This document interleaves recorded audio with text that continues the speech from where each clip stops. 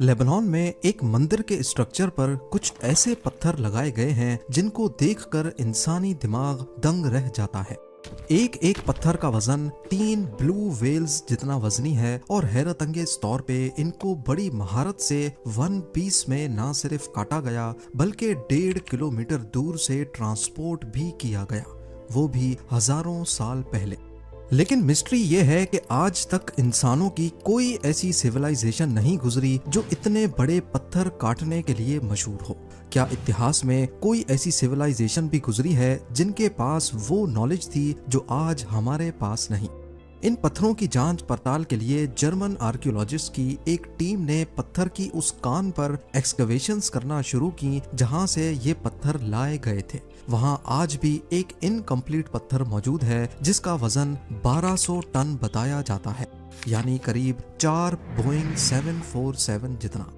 यहाँ खुदाई करने के बाद आर्कियोलॉजिस्ट को जमीन के अंदर कुछ ऐसे सबूत मिले जिन पर यकीन लाना काफी मुश्किल है। ज़ेम टीवी की वीडियोस में एक बार फिर से खुशामदीद। नाजरीन, लेबनान की बिका वैली के ईस्ट में बालबेक नामी शहर है जहां रोमन एम्पायर के कुछ खंडरात को दुनिया भर से लोग देखने आते हैं। पर मजे की बात यह है कि ऊपर से दिखने वाले ये खंडरात बने तो रोमन एम्पायर के दौर में थे, लेकिन इसके नीचे आर्कियोलॉजिस्ट को कुछ ऐसे सबूत मिले हैं जिनका रोमन एम्पायर के साथ कोई कनेक्शन नहीं है, कम से कम अभी तक तो नहीं। यहाँ एंशियंट रोमन्स का बनाया गया एक मंदिर है जिसे टेम्पल ऑफ जुपिटर कहा जाता है।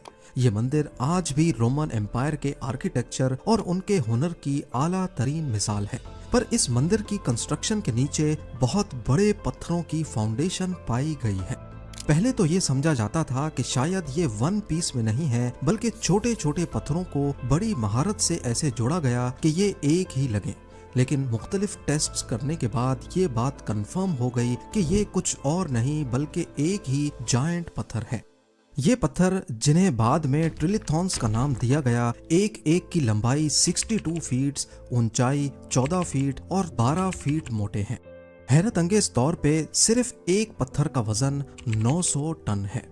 इतने बड़े पत्थर को एक्यूरेट ब्लॉक में काटना और उसको 30 फीट ऊपर उठाकर रखना इंसानी इतिहास में शायद पहली बार किया गया था।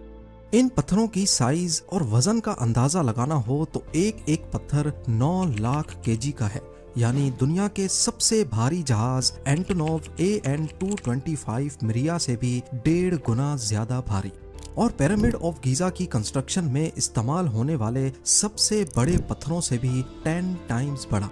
इनके इतने बड़े साइज के बावजूद इन पत्थरों को किसी न किसी तरह कान से यहाँ तक ट्रांसपोर्ट किया गया, जो यहाँ से करीब 1.5 किलोमीटर दूर है, और फिर हेलियोपोलिस कॉम्प्लेक्स के 400 टन के ब्लॉक्स के ऊपर रखा गया, जिसके ऊपर बाद में कॉम्प्लेक्स की दीवारों को छोटे छोटे ब्लॉक्स रख कर खड़ा किया गया। जिस एक्यूरेसी से इन पत्थरों को काट कर जोड़ा गया वो वाकई काफी गैर मामूली काम है, खास तौर पर उस दौर के लिए जब मॉडर्न मशीनरी का तस्वुर करना भी मुश्किल था, क्योंकि इनके बीच में कागज जितना फासला भी नहीं है। रोमन स्ट्रक्चर्स में देखा जाए तो उनका फोकस खूबसूरती पे होता था। वो अपनी कंस्ट्रक्शन स्किल्स दुनिया को दिखाना चाहते थे, लेकिन इसके बरक्स ट्रिलिथॉन्स को दिखाने के लिए नहीं बल्कि दफनाने के लिए यहाँ रखा गया था, क्योंकि फाउंडेशन का ये हिस्सा पहले जमीन के अंदर दफन था। ये देखने के बाद जहन में एक सवाल आता है कि कोई सिविलाइजेशन अगर इतना बड़ा कारनामा अंजाम देती है तो वो उसको छुपाएगी ही क्यों? एंशियंट रोमन्स, जो अपनी हर स्किल का रिकॉर्ड रखने के लिए मशहूर जाने जाते हैं, इन ट्रिलिथॉन्स को कान से लेकर आने और इसको उठाने के बारे में रोमन डॉक्यूमेंट्स में इसका कहीं भी जिक्र क्यों नहीं है? इससे जाहिर होता है कि इस साइट की कंस्ट्रक्शन पूरी तरह एंशियंट रोमन्स ने नहीं की, बल्कि इन्होंने बनी बनाई फाउंडेशन के ऊपर अपना मंदिर खड़ा किया। इसके अलावा हिस्टोरियंस के मुताबिक रोमन्स के पास जो सबसे बड़ी क्रेन मौजूद थी वो सिर्फ 60 टन का वजन उठा सकती थी, जिसकी वजह से ये इंतहाई नामुमकिन है कि वो इन 900 टन वजनी पत्थर को उठा सके। और रोमन्स जिन पत्थरों को भी क्रेन से उठाते उसके बीच में वो एक खास शक्ल का सुराख करते थे जिसे लुइस होल्स कहते हैं, पर ऐसे कोई सुराख हमें ट्रिलिथॉन्स में नहीं मिलते।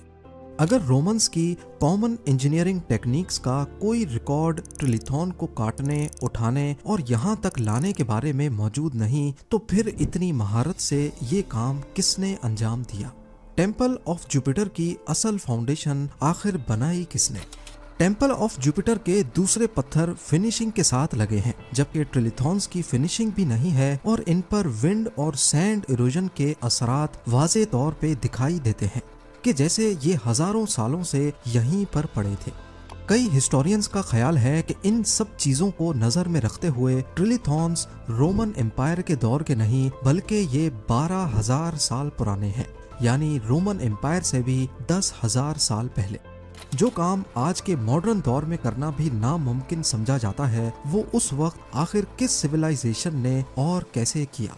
ये एक ऐसा राज है जिसके बारे में आर्कियोलॉजिस्ट अभी तक कुछ नहीं बता सके।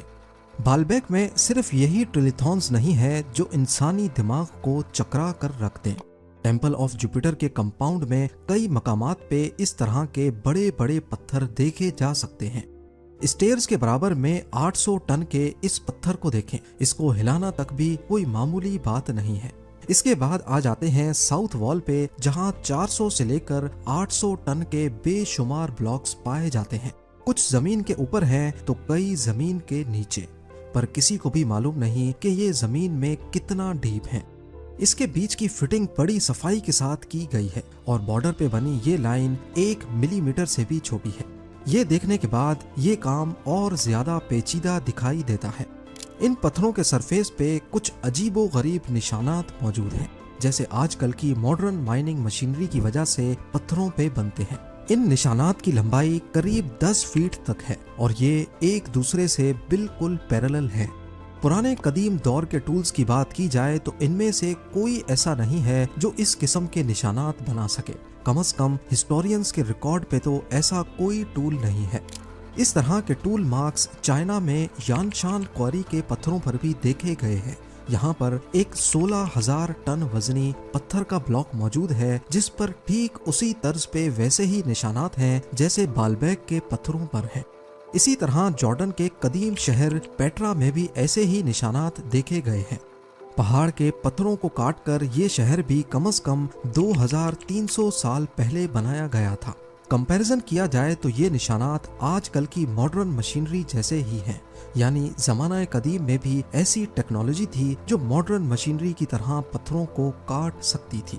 पर जाहिर है इसका कोई ठोस सबूत अभी तक हिस्टोरियंस के पास नहीं है।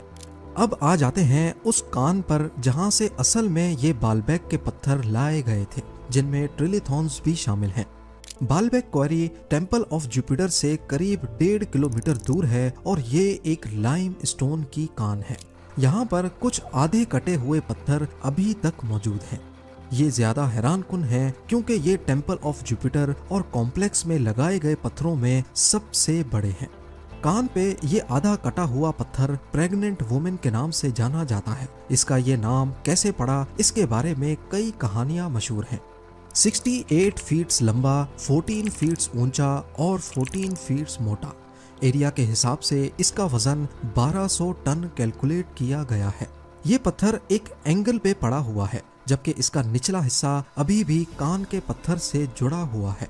जिन्होंने भी इसको इस शेप में काटा है, उनको इसका निचला हिस्सा अलग करने का मौका नहीं मिला और शायद बीच में ही उनको ये काम छोड़ना पड़ गया, वरना शायद ये पत्थर भी आज हमें टेम्पल ऑफ जुपिटर की साइट पर ही नजर आता। इस पत्थर के बॉटम पर आज भी उसी तर्ज के निशानात मौजूद हैं जो टेम्पल ऑफ जुपिटर के दूसरे पत्थरों पर देखे गए हैं। स्विट्जरलैंड के यांगफ्राउ पार्क में प्रेग्नेंट वुमेन स्टोन का एक मॉडल रखा गया है, जिसके गिर्द कुछ मॉडर्न क्रेन्स के मॉडल्स खड़े किए गए हैं। दिखाने का मकसद सिर्फ इतना है कि प्रेग्नेंट वुमेन स्टोन को अगर आज के दौर में भी उठाना हो तो करीब 20 क्रेन्स मिलकर ये काम कर सकती हैं। वो भी सिर्फ तब जब पत्थर के आसपास 50-60 फीट तक क्रेन्स खड़े करने की जगह हो। पहले प्रेग्नेंट वुमेन स्टोन आधा जमीन के अंदर धंसा हुआ था, लेकिन 2014 में आर्कियोलॉजिस्ट की एक टीम ने यहाँ एक्सकेवेशन की तो मालूम पड़ा कि जमीन के अंदर भी ये कान से अलग था। सिर्फ इस ब्लॉक का बॉटम आज भी कान से जुड़ा हुआ है। यानी हजारों सालों तक ऐसे ही पड़े रहने की वजह से मिट्टी की लेयर ने इसे जमीन के अंदर धंसा दिया था। साइंसदानों का मानना है कि मिट्टी की लेयर का सिर्फ 1 इंच तकरीबन 80 से 100 सालों के दरमियान जमा होता है। प्रेग्नेंट वुमेन स्टोन की पुरानी पिक्चर्स में देखा जाए तो तकरीबन ये 10 फीट तक अंदर धंसा हुआ है, यानी 120 इंच। लिहाजा अगर 1 इंच 80 साल के बराबर है तो 120 इंच जमा होने में 9600 साल लगेंगे, लगभग 10,000 साल। इतना पहले स्टोन एज में इंसान इतने चैलेंजिंग टास्क करने के काबिल थे, ये सोचना और समझना काफी मुश्किल है। 2014 में जब इस पत्थर के लिए एक्सकवेशंस की गईं तो एक और हैरानकुन चीज सामने आ गई, एक और छुपा हुआ पत्थर। ये पत्थर प्रेग्नेंट वुमेन के बिल्कुल बराबर में जमीन के अंदर धंसा हुआ है, जो एस्टिमेट्स के मुताबिक 1650 टन वजनी है। फॉरगॉटन स्टोन के नाम से पहचाना जाने वाला किसी भी कान से निकाला हुआ ये दुनिया का सबसे बड़ा पत्थर का ब्लॉक है। ये तो सिर्फ ब्लॉक का वो हिस्सा है जो ऊपर ऊपर से ही नजर आ गया। कान के अंदर कितना डीप और क्या क्या छुपा है इसके बारे में फिलहाल कुछ भी नहीं कहा जा सकता। ये पत्थर आज के साइंटिस्ट्स, जिनमें इंजीनियर्स और आर्कियोलॉजिस्ट भी शामिल हैं, के लिए एक मिस्ट्री बना हुआ है। इसकी वजह यह है कि जो तरीके उन्हें काटने, ट्रांसपोर्ट करने और बिल्कुल सही जगह पर रखने के लिए इस्तेमाल किए गए वो किसी भी मशहूर कदीम सिविलाइजेशन या हत्ता के आज के बिल्डर्स के लिए भी मुमकिन नहीं लगते। इसके अलावा इस कान से बाल्बेक तक का सफर पहाड़ की वजह से ना सिर्फ ऊपर की तरफ है बल्कि काफी खुरदरा भी है। ऐसा कोई सबूत भी नहीं मिला कि कदीम दौर में इन पत्थरों की ट्रांसपोर्ट के लिए कोई सीधा रास्ता बनाया गया हो जिससे पत्थरों को खींचना आसान होता हो। ना सिर्फ इतना, बाल्बेक की साइट पर ये बोझल पत्थर पहुंचाने के बाद इनको इतनी बारीकी से कैसे उठाया गया होगा। मान भी लिया जाए कि एंशिएंट बिल्डर्स ने पुली सिस्टम का इस्तेमाल किया होगा तो भी पत्थरों पर ऐसे कोई निशानात नहीं मिलते जो किसी पुली सिस्टम के लगने का इशारा दे रहे हों। बाल्बेक के ये देव कामत पत्थर हमें एक कदीम सिविलाइजेशन का इशारा देते हैं, वो दौर जब इंसानों का कद काफी बड़ा था और इनका जिस्म किसी देव की तरह ताकतवर। मुख्तलिफ रिलीजियस बुक्स जैसा कि बाइबल, कुरान और हिंदी स्क्रिप्चर्स में भी ऐसे इंसानों का जिक्र है जो काफी लंबे और ताकतवर थे। इनके पास ऐसी पावर्स थीं जो किसी फिक्शन मूवीज में सुपर ह्यूमंस के पास होती हैं। मुख्तलिफ बुक्स में इनको अलग अलग नाम दिए गए हैं, जैसा कि बाइबल में इनको नेफिलिम कहा गया है। कहीं पर इनका कद 450 फीट्स बताया गया है तो कहीं पर 100 फीट्स तक। और उन सिविलाइजेशन के लिए शायद बाल्बेक के पत्थरों को उठाना इतना मुश्किल काम नहीं था। उम्मीद है जेम टीवी की ये वीडियो भी आप लोग भरपूर लाइक और शेयर करेंगे। आप लोगों के प्यार भरे कमेंट्स का बेहद शुक्रिया। मिलते हैं अगली शानदार वीडियो में।